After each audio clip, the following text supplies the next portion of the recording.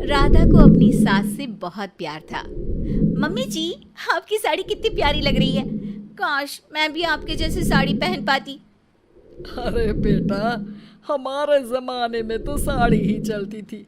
तू क्या करेगी साड़ी पहनकर? दिन भर भागा दौड़ी करती है। साड़ी कंफर्टेबल नहीं फील कराएगी। तू तो ऐसे ही जचती है बेटा। राधा सास को लेकर घूमने जाती, सैर करती और उनसे खूब बातें किया करती थी। एक दिन, अरे राधा और माँ सुनो, अब हम लोगों को बम्बई चलना पड़ेगा। मेरी नई नौकरी वहीं लगी है। अरे वाह माँ, कितना मजा आएगा ना। अरे नहीं नहीं, मैं नहीं जाऊंगी।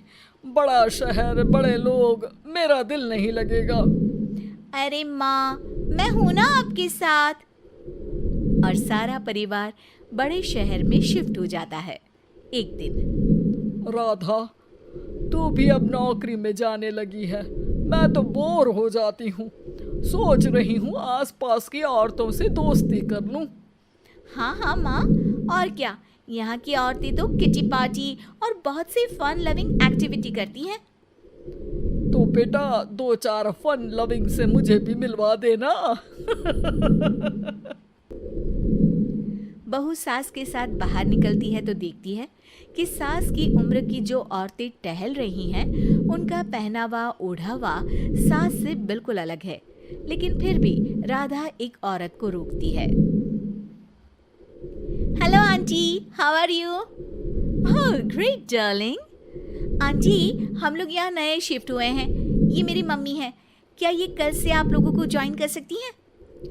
वो औरत सास की तरफ बड़ी ही अजीब नजरों से देखती है, फिर कहती है, अब ठीक है, कल से भेज देना।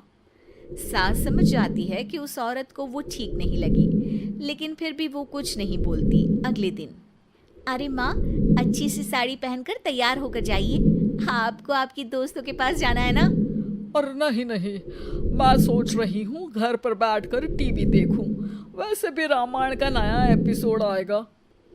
नहीं माँ, आप जाओ ना, लोगों से मिलो, बात करो, अच्छा लगेगा। ना चाहते हुए भी सास उन लोगों के पास जाती है, लेकिन सभी सास से बुरा व्यवहार करते हैं। सास मुंह लटकाकर घर आ जाती है। बहू समझ जाती है कि सास को कुछ हुआ है। वो रोज सास को पार्क में भेजती, लेकिन सास रोज मुंह लटकाकर वापस आ जाती। क्या हुआ माँ, आप बाहर जाकर खुश नहीं होती हैं?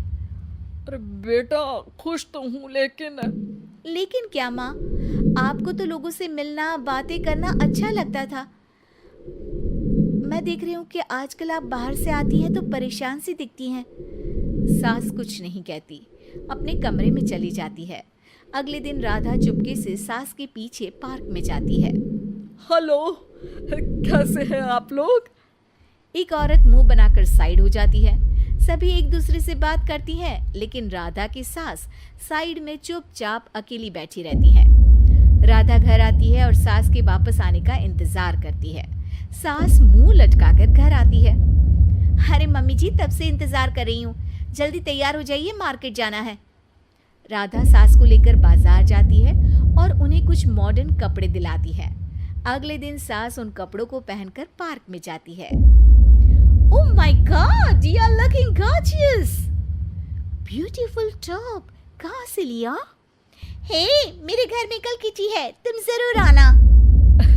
अजीब औरतें हो तुम लोग। मैं रोज आती थी, तब तो तुम लोग सीधे मुंह बात भी नहीं करती थी। आज इन कपड़ों को देखकर तुम मुझे घर बुला रही हो। लेकिन सुनो, अब मुझे तुम लोगों से कोई बात नहीं करनी और ना ही दोस्ती करनी है। अरे, तुम तो बुरा मान गई। वैसे दोस्ती नहीं करनी थी तो ये कायाकल्प क्यों किया? ये मेरी बहू ने किया है। मैं यहाँ सिर्फ ये देखने के लिए आई थी कि तुमको मुझसे समस्या है या मेरे कपड़ों से। कपड़े तो बदले जा सकते हैं। अच्छा चलो, जो भी हो, अब हम लोग तुम्हें अपने साथ रखने को तैयार हैं।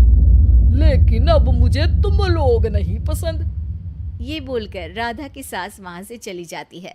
वाह माँ जी, आज तो आपका चेहरा खिला खिला सा लग रहा है। लगता है आपकी सहेलियों ने आपको अपना लिया।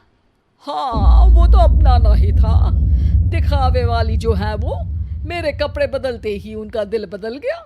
लेकिन आज मैं उन्हें मना कर आई बुलाई? अरे क्यों माँ जी? क्योंकि उन लोगों को मुझसे नहीं मेरे कपड़ों से दोस्ती करनी थी। वैसे मेरे पास तो तू है ना, मेरी प्यारी बहू, मुझे किसी की जरूरत नहीं है। अरे नहीं नहीं माँ जी, आप ऐसा क्यों सोच रही हैं?